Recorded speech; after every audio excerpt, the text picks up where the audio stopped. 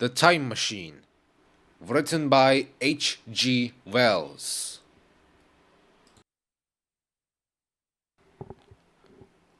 Chapter 1. Explanation. The time traveler, we shall speak of the chief person in this book, not by name, but as the time traveler. The time traveler was explaining a difficult matter to us. His grey eyes shone. His usually pale face was warm with excitement. The fire burned brightly, and the soft light of the lamps touched the wine in our glasses. Our chairs, his own invention, were very comfortable. It was after dinner, a time when thought and conversation preferred to be graceful rather than exact. This is how he explained it to us. "You must follow me carefully," said the time traveler. "I shall have to say some things which differ from the ideas which everyone accepts as true. You learned geometry at school, all about lines and angles and triangles and so on. That geometry which you learned was based upon a wrong idea. You're expecting rather a lot of us," said Philby, who had read here and loved an argument. "I shall give you my reasons. You will soon admit as much as I need. Now, you know that the word line in mathematics is merely a direction. A line in mathematics has no thickness. It has no reality. It is not a real thing. A surface, called in mathematics, is a plane, or plane surface, has also no reality. These things, line and plane surface, are merely mathematical ideas." "That's all right," said the psychologist.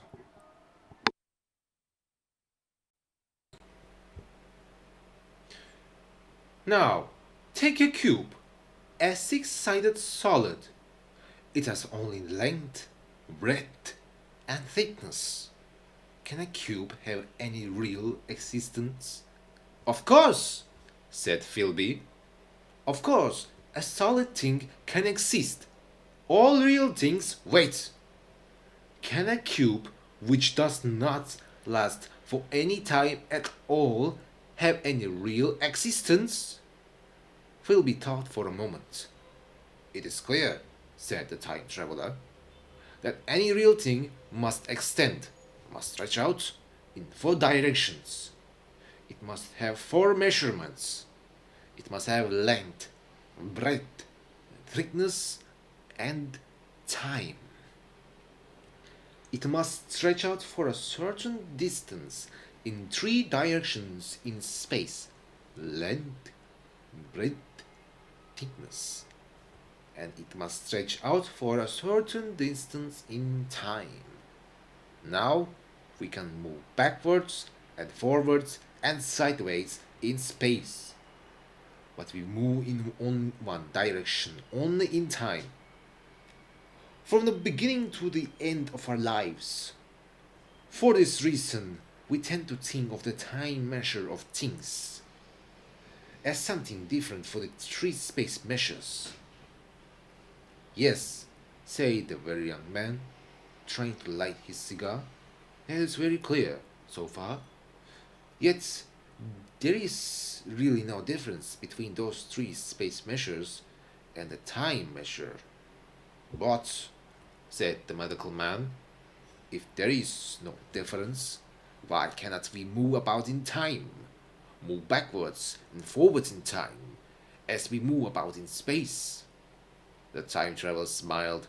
"Are you sure that we can move so freely in space?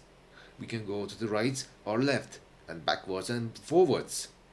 But what about up and down?" "There are balloons." "Before balloons, except for jumping and climbing, men had no freedom of movement up and down."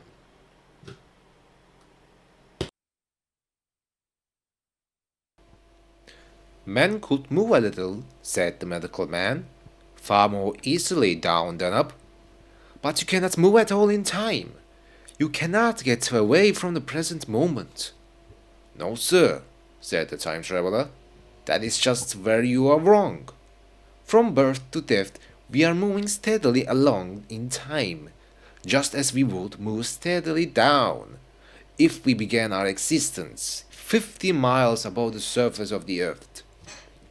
But, said the psychologist, you can move about in all directions in space, and you cannot move about in time. You are wrong. If I am remembering something very clearly, I go back to the instant when it happened. I jump back for a moment.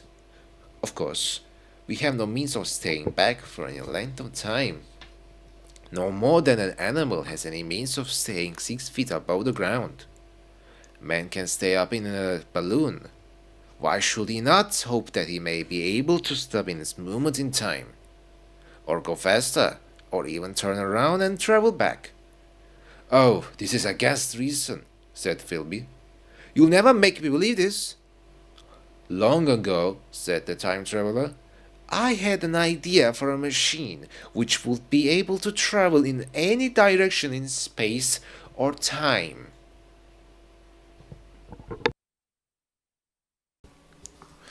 Philby laughed. The time traveler continued. I have made an experiment and found my ideas correct. It would be very useful for the writer of history, the psychologist suggested. He could travel back and see if the usual account of a battle is true. You could go back and hear how the ancient Greeks really pronounced Greek, said the very young man. Or you could put your money out on loan and then go forward and spend the interest. It is all the wildest fancy, said the psychologist. Experiment! I cried. You're going to experiment on that? Let us see your experiment, said the psychologist. Although you know it's all nonsense. The time traveler smiled around at us. Then, still smiling faintly, and with his hands deep in his pockets, he walked slowly out of the room. We heard his steps down the long passage to his laboratory. The psychologist looked at us. I wonder what he has got. Some trick, said the medical man. Philby tried to tell us about a man whom he had seen in a theater doing magic tricks. But before he had finished, the time traveler came back. Chapter 2. The Experiment.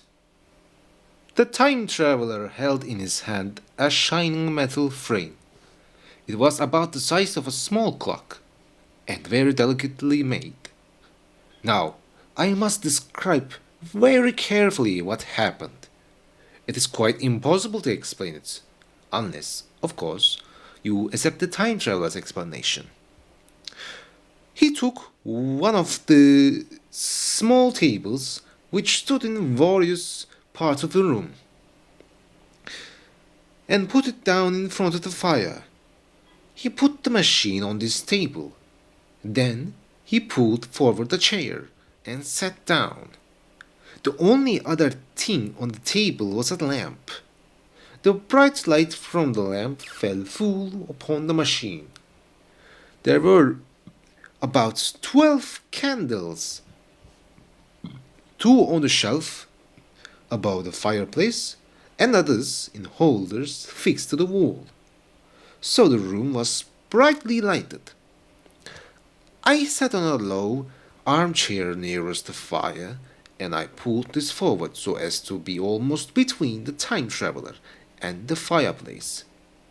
Philby, who had red hair and loud argument, sat behind him, looking over his shoulder. The medical man watched him sideways from the right, and the psychologist watched him from the left.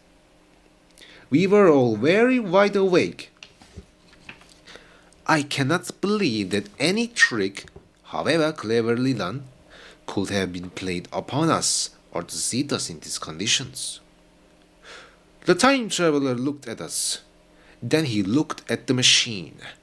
Well, said the psychologist.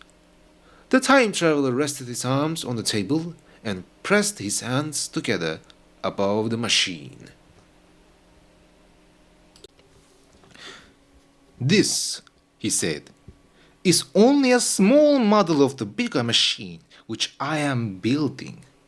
It is my idea for a machine to travel through time. You will notice that it is not exactly square, and that this bar has an odd glimmering appearance. He pointed to the part with his finger. You will notice also that there is one little white handle here. And here is another. The medical man got up out of his chair and looked carefully into the thing. It's beautifully made, he said. It took 2 years to make, answered the time traveler. Then, when we had all imitated the medical man and had a look at the thing, he said, Now I want you to understand this clearly. When this handle is pressed, it sends the machine gliding into the future, and this handle reverses the motion. It makes it move in the opposite direction. This thing is the traveler's seat. In a few moments I shall press this handle, and away it will go. It will disappear, pass into future time, and you will not see it anymore. Take a good look at the thing. Look at the table too, and satisfy yourselves that there is no trick. I don't want to waste this model, and then be told that I am a cheat.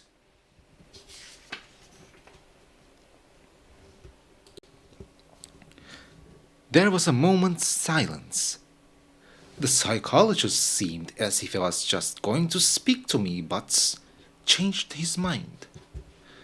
Then the time traveler put out his finger towards the handle. No, he said suddenly. Lend me your hand. He turned to the psychologist, took the psychologist's hand in his own, and told him to put out his finger. So it was the psychologist who sent out the model time machine on its endless voyage. We all saw the handle move. I am absolutely sure, quite certain that there was no trick. There was a breath of wind.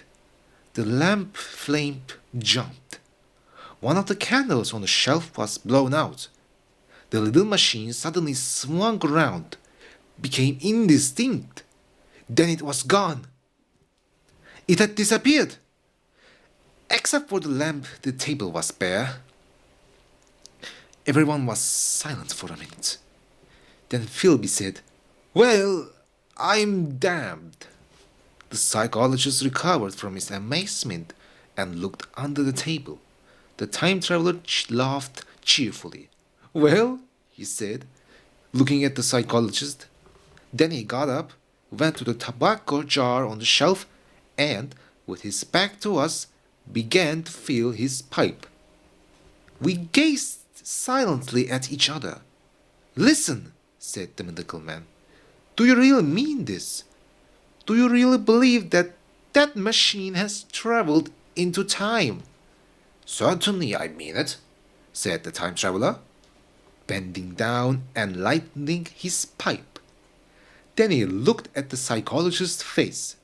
The psychologist, in order to show that he was quite master of himself, took a cigar and tried to light it without cutting off the end. Certainly I mean it, said the time traveler, and I have a big machine nearly finished in there. He pointed to his laboratory. When that machine is put together, I mean to have a journey in it. Do you mean to say that that machine has traveled into the future? Said Philby. Into the future or the past? I do not know for certain which. After a short time, the psychologist had a bright idea. It must have gone into the past if it has gone anywhere, he said. Why? Said the time traveler. I understand that it has not moved in space. Now, this present time was future time when the machine started, If it traveled into the future, it would be here now. But, I said, when we came into this room, this evening was past time, and when we were here last Thursday was past time. If it traveled into the past, we would have seen it then. Very true, said Philby. That needs explaining. You can explain that, said the time traveler to the psychologist. It is quite easy. Of course, said the psychologist. We cannot see the machine any more than we can see one bar spoke of a wheel turning very fast, or a shot from a gun flying through the air. It is traveling through time 50 times faster than we are. It gets through a minute, while we get through a second. It is traveling too fast to be visible. He passed his hand through the space where the machine had been. You see, he said, laughing. We sat and gazed at the empty table for a minute or two. Then the time traveler asked us, Well, what do you think of it all? It sounds believable tonight, said the medical man. But wait until tomorrow. Wait for the common sense of the morning. Would you like to see the time machine itself? The full-sized one? Asked the time traveler. He took the lamp in his hand and led the way down the long, cold passage to his laboratory. I remember very clearly that the unsteadily light and his queer broad head seen as a black shape against it, and the dance of the shadows. We followed him, puzzled and unbelieving. Then, in his workroom, we saw a larger machine, just like the machine which we saw disappear from before our eyes. The thing was nearly complete, but twisted bars lay unfinished on the table near some sheets of drawings. I took up one of the bars to have a better look at it. Are you really serious? Said the medical man. Or is this a trick like that ghost which you showed us last Christmas? The time traveler held up the lamp. On that machine, he said, I mean to go as a traveler in time. Is that plain? I was never more serious in my life. None of us quite knew what to think about it. I caught Philby's eyes over the shoulder of the medical man, and he winked at me solemnly. Chapter 3 Return of the Time Traveler. I think that at that time none of us quite believed in the time machine. The time traveler was one of those men who are too clever to be believed. You never felt that you could see all around him. You always suspected that there was something held back, some clever trick hiding behind his clear and open explanations. If Philby had shown the model and explained the subject in the time traveler's words, we would have believed him far more readily, because we would have understood his aims. Philby is very easy to understand, but the time traveler was queer, fanciful, and we distrusted him. Things which would have made a less clever man famous seemed like tricks in his hands. It is a mistake to do things too easily. The serious people who believed that his work was good were never quite sure of his behavior. They felt that trusting their good name to him was like trusting children with a lot of delicate china. I do not think any of us said much about time traveling between that Thursday and the next. Yet, the possibility of it was in our minds.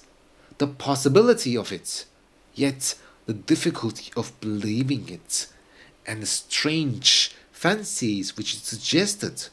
I myself was specially interested in the trick of the model. I remember discussing it with Philby when I met him at the club on Friday. He said that he had seen something of the same kind at Tübingen, and added that the blowing out of the candle was important, but he could not explain how the trick was done. On the next Thursday, I went again to the time traveler's house in Richmond. I suppose I was one of the time traveler's most regular guests. I arrived late. The medical man was standing in front of the fire with a sheet of paper in one hand and his watch in the other. I looked around for the time traveler. "It's 7:30 now," said the medical man. "I suppose we had better have dinner." "Where's our host?" I asked. "You just come?" "Yes." "It's rather odd," said the medical man. "He says that he may be late. He asks me in this note to begin dinner at 7 if he is not back. He says I will explain when I come." "It's a pity to let the dinner spoil," said the editor of a well-known daily newspaper. The medical man rang the bell for the servant. The psychologist was the only person, except the medical man and myself, who had been present at the dinner last week. The other men were Mr. Blank, the editor, and a newspaper writer, and a quiet man with a beard. I don't know who he was. I didn't see him open his mouth to speak all evening. At the dinner table, there was some questioning and wondering at the time traveler's absence.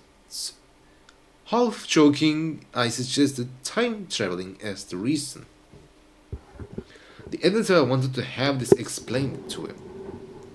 Then the psychologist gave a very dull account of the clever trick which we had seen last Thursday.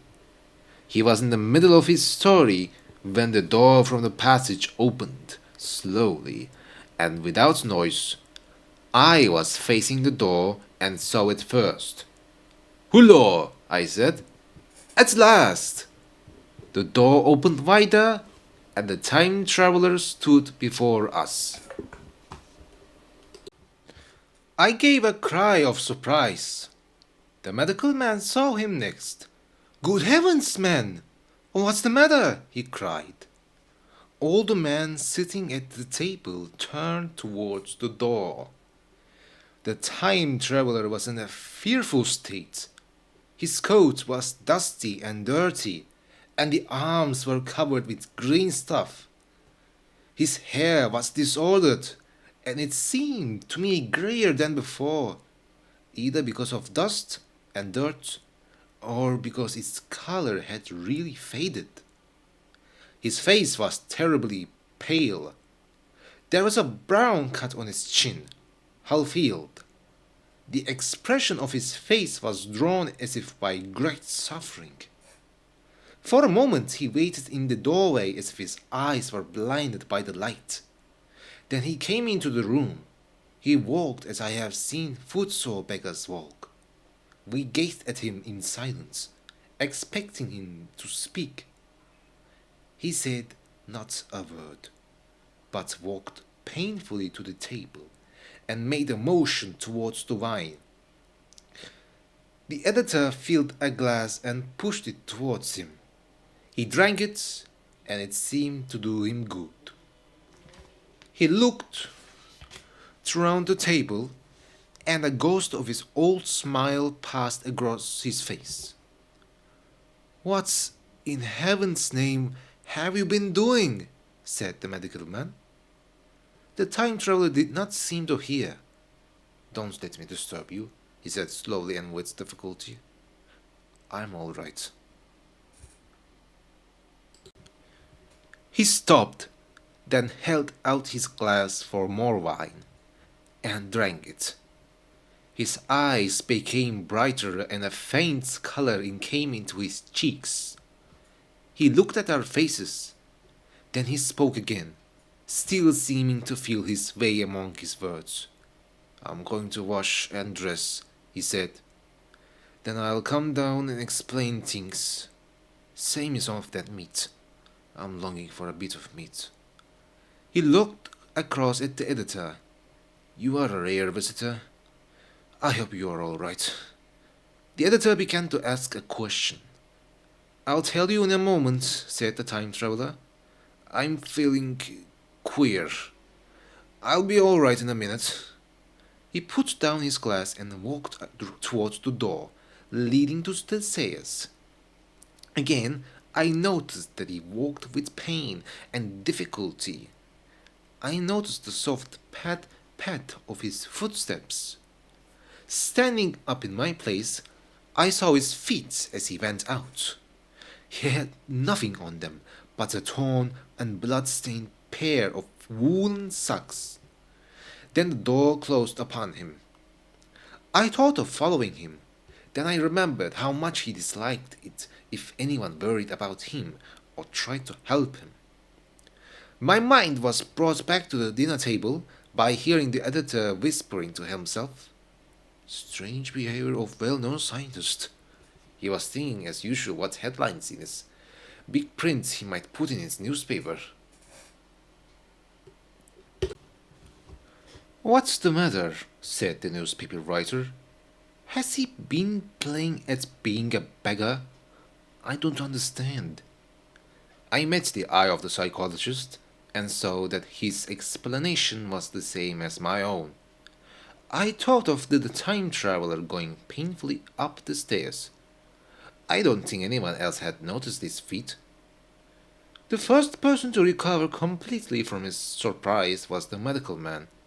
He rang the bell for the servant and told him to bring a hot plate. The time traveler hated to have servants in the room during dinner. The editor took up his knife and fork and began to eat, and the silent man did the same. The dinner continued. For a short time the conversation consisted of exclamations, followed by silences in which we wondered what had happened. Then the editor's curiosity became too strong. Does our friend go out and earn money as a road sweeper? He asked. Or are there times when he goes and eats grass in the fields? I'm quite sure that it is something to do with his time machine, I said. Then I carried on the psychologist's account of the meeting last Thursday. The new guests did not believe the story and said so. What is time traveling? Asked the editor. A man can cover himself with dust by playing with a mathematical idea. Then he began to make fun of the thing. Have they no clothes brushes in the future?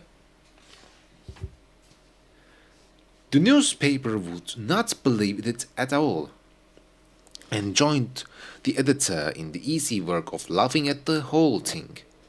They were both the new kind of newspapermen, very joyous young men with little respect for anything. The newspaper writer was saying, or rather shouting, our special reporter in the day after tomorrow, when the time traveler came back. He was dressed in ordinary evening clothes. Only the drawn expression of his face remained of the change which had alarmed me. I say, said the editor, laughing, these fellows here say that you have been traveling into the middle of next week. Tell me, what the government is going to do, will you?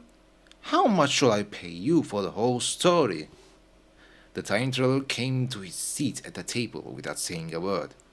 He smiled quietly in his old way. Where's my meat? He said. How nice it is to stick a fork into meat again. Story! Cried the editor. I want something to eat, said the time traveler. I won't say a word till I've got some meat inside me. Thanks. And will you pass the salt? One word, I said. Have you been time traveling? Yes, said the time traveler, with his mouth full, nodding his head. I'll give you a shilling a line for the story, said the editor. The time traveler pushed his glass towards the silent man and made it ring with his fingernail. The silent man stopped gazing at the time traveler's face, gave a jump of surprise, and poured out some wine. The rest of the dinner was uncomfortable. Sudden questions kept rising to my lips, and I expect it was the same with the others. The newspaper writer tried to make things easier by telling funny stories. The time traveler gave all his attention to the dinner and ate like a beggar man. The medical man smoked a cigarette and quietly watched the time traveler. The silent man seemed even more foolish than usual and kept on drinking wine. At last, the time traveler pushed his plate away and looked around at us. I suppose I ought to say I'm sorry for my behavior. I needed that food badly. I've had a most amazing time.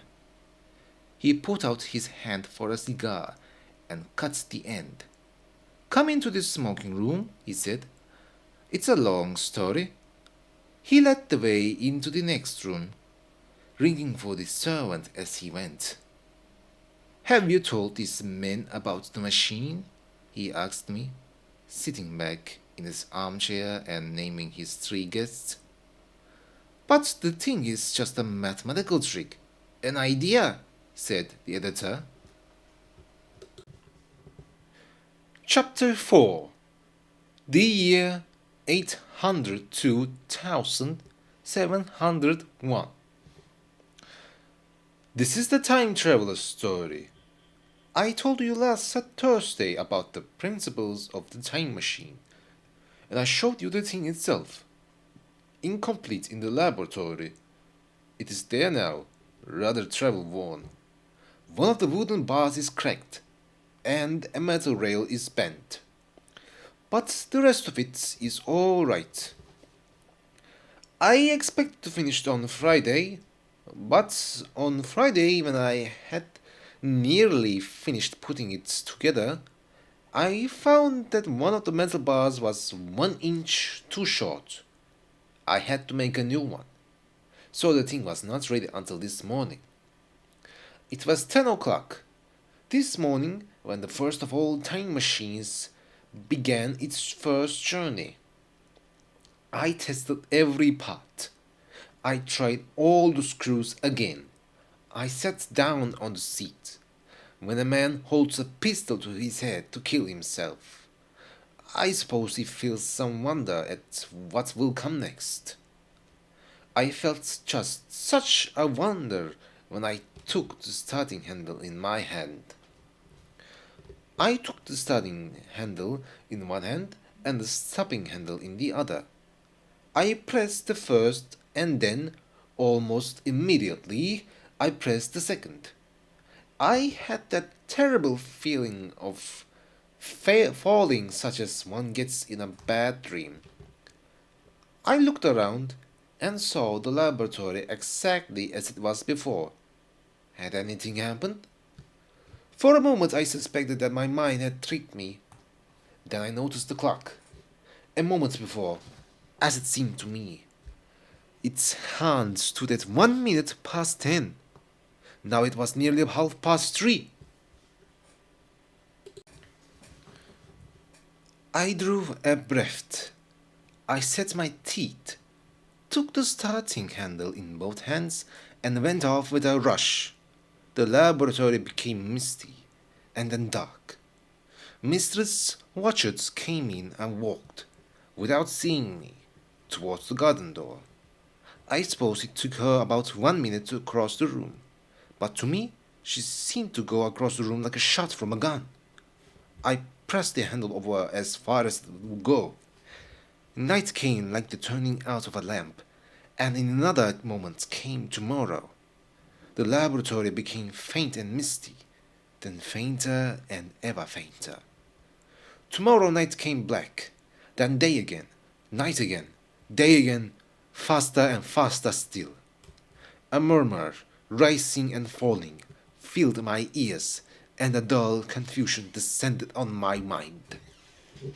I am sorry that I cannot describe to you the peculiar feelings which one gets in time traveling. They are very unpleasant. There is a feeling which one has in rushing down a hill out of control, a feeling of helpless forward motion. I felt, too, that same fear of an immediate crash. As I put on speed, night followed day like the beating of a black wing. The dim suggestion of the laboratory seemed to fall away from me, and I saw the sun jumping swiftly across the sky in every minute, and every minute marked a day. I supposed that the laboratory had been destroyed, and I had come into the open air. I had a dim idea of buildings going up around me, but I was already going too fast to see any moving things. This quickly following dark lights, like a bad cinema, was very painful to the eyes. Then in the darkness I saw the moon spinning swiftly through her changes from new moon to full moon, and I saw the glimmer of the circling stars. As I went on, still going faster and faster, the beating of night, day was changed into one continuous grayness. The sky became a wonderfully deep blue, a splendid rich color like the color of the sky just after sunset. The sun, instead of jumping across the sky as before, became a line of fire, a shining arc, and the moon became a fainter band. I could see nothing of the stars, except, now and then, a brighter circle in the blue. The land around me was misty and indistinct.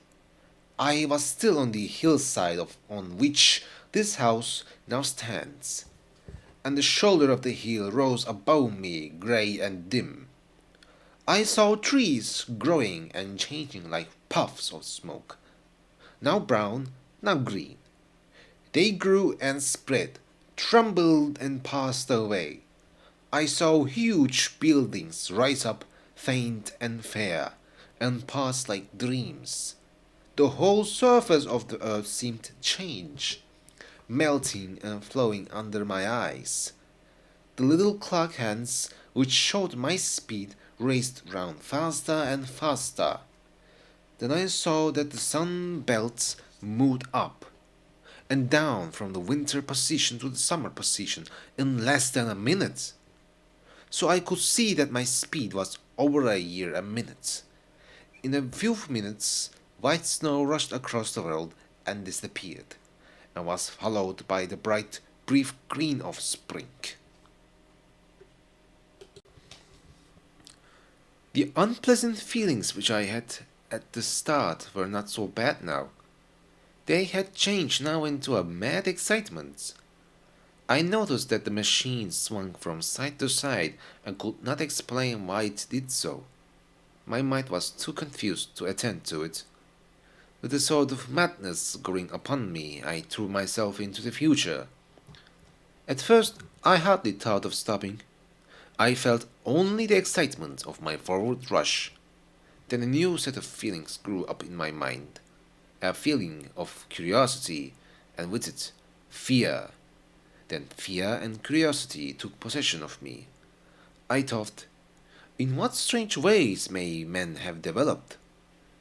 In what wonderful advances may have been made?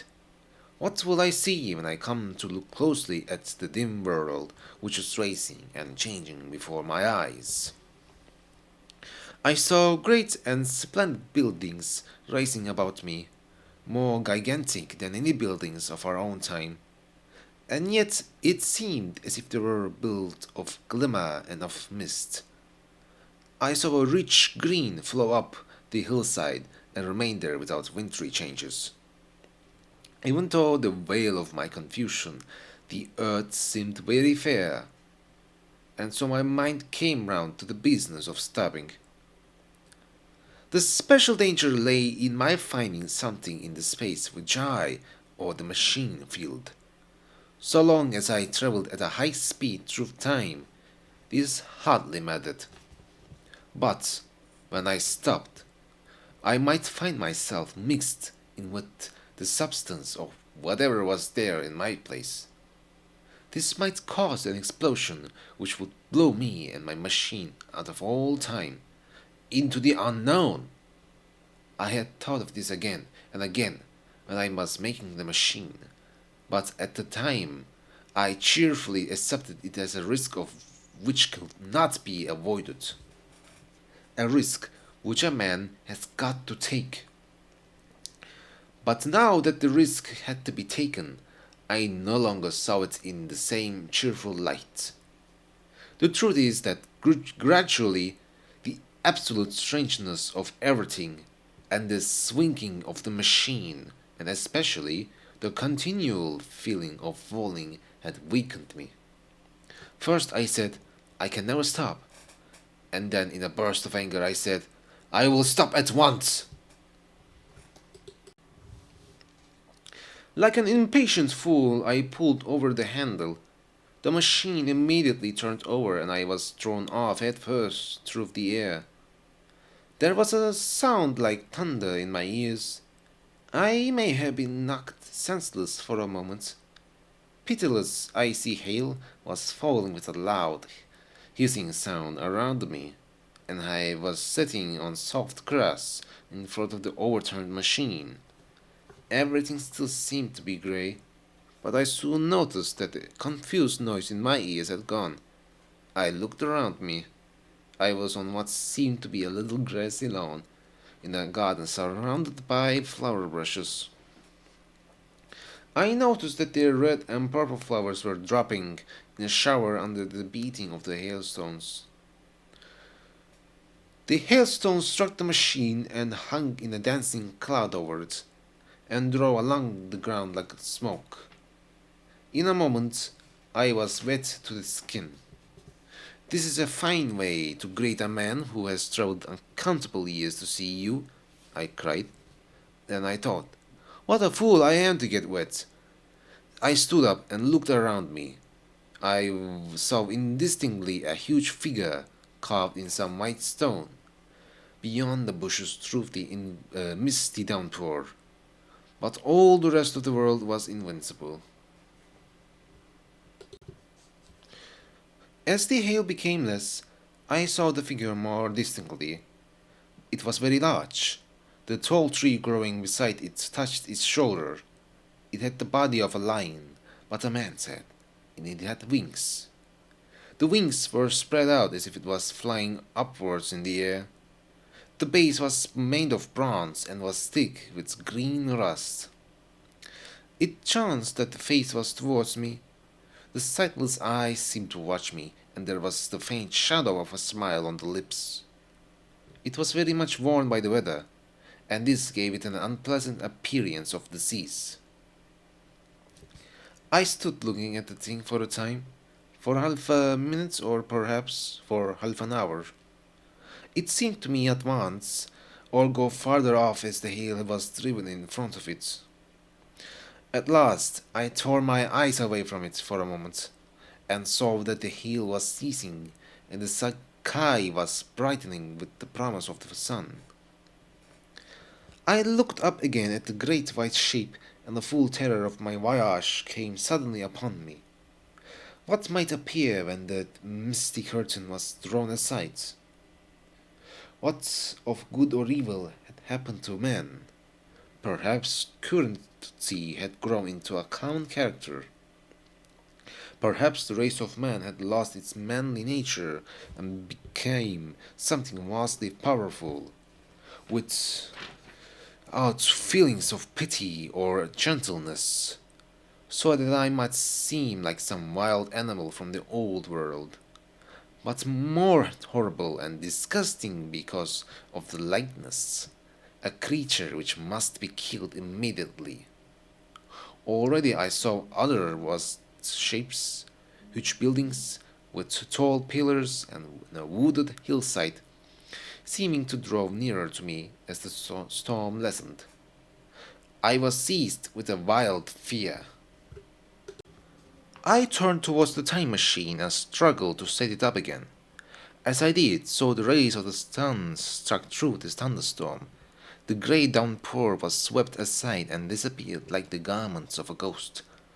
Above me, in the rich blue of the summer sky, some faint brown clouds were driven and scattered into nothingness.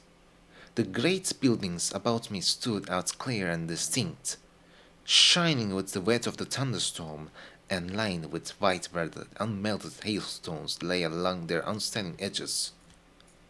I felt naked in a strange world. I felt as perhaps a small bird may feel in the clear air, knowing that some enemy was above, ready to strike down upon it and kill. My fear grew to madness. I breathed hard, set my teeth, and again struggled with the machine. It moved, it turned over, then rolled back as it was, striking my chin and cutting it open. I turned and looked around me again at this world of the distant future. Then, in a circular window high up in the wall of the nearer house, I saw a group of figures dressed in rich, soft garments. They had seen me. Their faces were turned towards me. Then I heard voices approaching me. Coming through the bushes by the white figure were the heads and shoulders of men. One of those men came out on to a pathway which led straight to the lawn on which I stood with my machine. He was a lightly built creature, about 4 feet high. He was dressed in a purple coat drawn in at the waist with a leather belt. He had some sort of shoes on his feet, but his legs were bare to the knees, and his head was bare. When I noticed this, I noticed for the first time how warm the air was. The man seemed to me a very beautiful and graceful creature, but very weak and delicately made. At the sight of him, I felt more confidence. I took my hands from the machine. Chapter 5 The Little People. In another moment, we were standing face to face, I and this delicate little creature out of the future. He came straight up to me and laughed into my eyes. I was surprised that his behavior showed no sign of fear. Then he turned to the two others who were following him and spoke to them, a strange and very swiftly flowing language. There were others coming. Soon a group of 8 or 10 of those little people were standing round me. One of them spoke to me.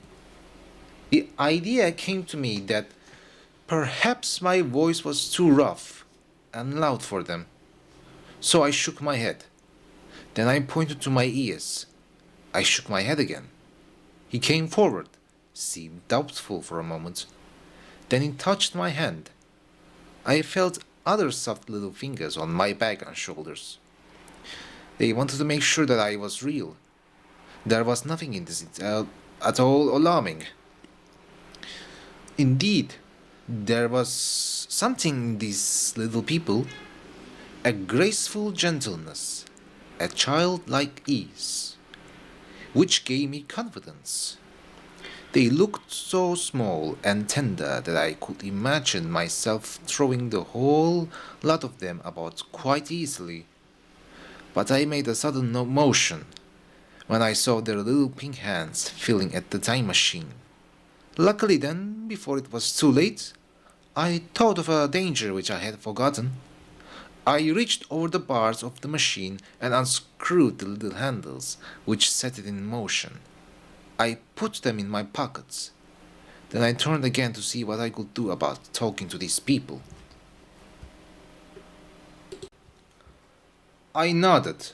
I pointed to the sun and gave such a fine imitation of thunder that I frightened them. They all drew back a step and bowed. Then one of them came laughing towards me, carrying a chain of beautiful flowers and put it round my neck. The flowers were of a sort quite new to me. The others gave musical cries of delight at this idea. Soon they were all running to and fro, gathering flowers and laughing and throwing them upon me till I was nearly covered with blossoms. You cannot imagine the delicate and wonderful flowers which thousands of years of skilled gardening had created. Then someone suggested that their new plaything should be shown to the others in the nearest building. So I was led past the white stone figure towards a vast grey building made of carved stone.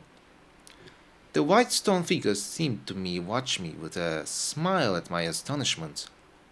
As I went with them, I laughed at my solemn expectation of the grave and learned the race of men who would follow us upon the earth. The building had a huge entrance, and the whole thing was gigantic, but I could hardly notice it because of the growing crowd of little people, and the great open door before me, and the shadowy and mysterious place beyond it. As I was led along, I saw all the people's heads, a waste of beautiful trees and bushes and flowers, a long neglected garden. I saw a number of strange white flowers, each measuring about a foot across. They grew scattered as wild among the bushes, but I did not examine them closely at this time. The time machine was left deserted on the grass among the flower bushes. The arch of the doorway was richly carved, but of course I did not notice the carvings very carefully. They seemed to be badly broken and worn by the weather. Several more people in brightly colored clothes met me in the doorway, so we went in. My dull clothes of the 19th century looked very foolish before my crown of flowers. Surrounded by the little people in their bright, soft-colored garments, they crowded around me, talking and laughing. We made a strange procession. The big door opened into a great hall hung with brown. The roof was in shadow. The windows, some filled with colored glass and some with no glass, let in a dim light. The floor was made of huge pieces of some very hard white metal. It was so much worn by the going to and fro of people in the past that the main parts had become deep channels. Set across the hall there were many tables made of large flat pieces of polished stone, raised about a foot off the floor. On these tables there were heaps of fruits. I recognized some of them, apples, oranges, and other fruits which I knew, but they were far larger than any I'd seen in the past. But most of the fruits were strange. Between the tables was scattered a great number of cushions. The people who were leading me seated themselves and signed to me to do the same. Then they began at once to eat the fruit, throwing the skins and stones into openings in the sides of the table. I followed their example very willingly, for I felt thirsty and hungry. As I did so, I looked around the hall. What I noticed most in the hall was its need of repair. The windows, made of colored glass triangles and squares and circles, were broken in many places, and the curtains which hung across the lower end of the hall were thick with dust. I noticed that the corner of the stone table nearest to me was broken, but the general effect was very rich and beautiful. There were about 100 people eating in the hall. Most of them were seated as near to me as they could come, and they were watching me with interest, their little eyes shining over the fruit which they were eating. All were dressed in the same soft yet strong, silky material. They ate nothing but fruit. These people of the distant future were fruit eaters. They ate nothing else. While I was with them, in spite of my desire for meat, I had to be a fruit eater too. Indeed, I found that horses, cows, sheep, and dogs had died out as completely as the gigantic animals of the distant past. But the fruits were very delightful.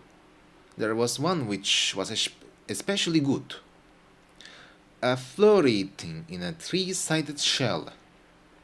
At first I was puzzled by all these strange fruits and by the strange flowers which I saw, but later I began to understand their meaning.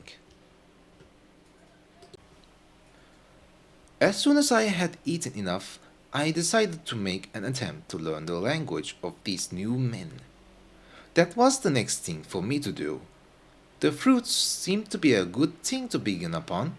I held one of them up and began to make signs that I wanted to know its name. At first they gazed at me in surprise, or burst into uncontrolled laughter. Then a little creature with fair hair seemed to understand what I wanted and repeated the name. They talked a lot and explained the business at great length to each other. My first attempts to make the pretty little sounds of their language caused a great deal of amusement. But I felt like a schoolmaster in his class. I was very firm with them, and soon I had learned about 20 names of things. Then I learned their words for this, that, these, those, and to eat. But it was slow work. The little people soon got tired and wanted to get away from my questions.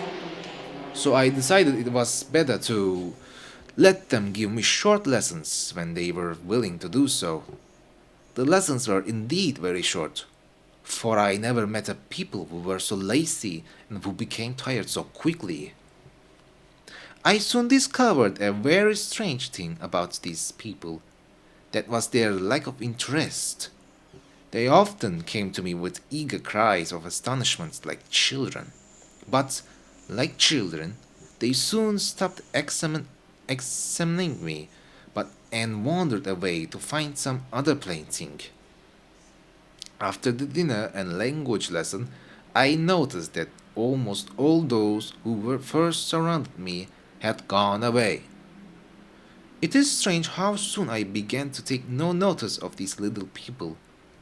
As soon as my hunger was satisfied, I went out through the door into the sunlit world. I kept meeting more of these men of the future. They followed me about a little distance. They talked and laughed around me. They smiled at me and made friendly signs, and then left me to do as I pleased.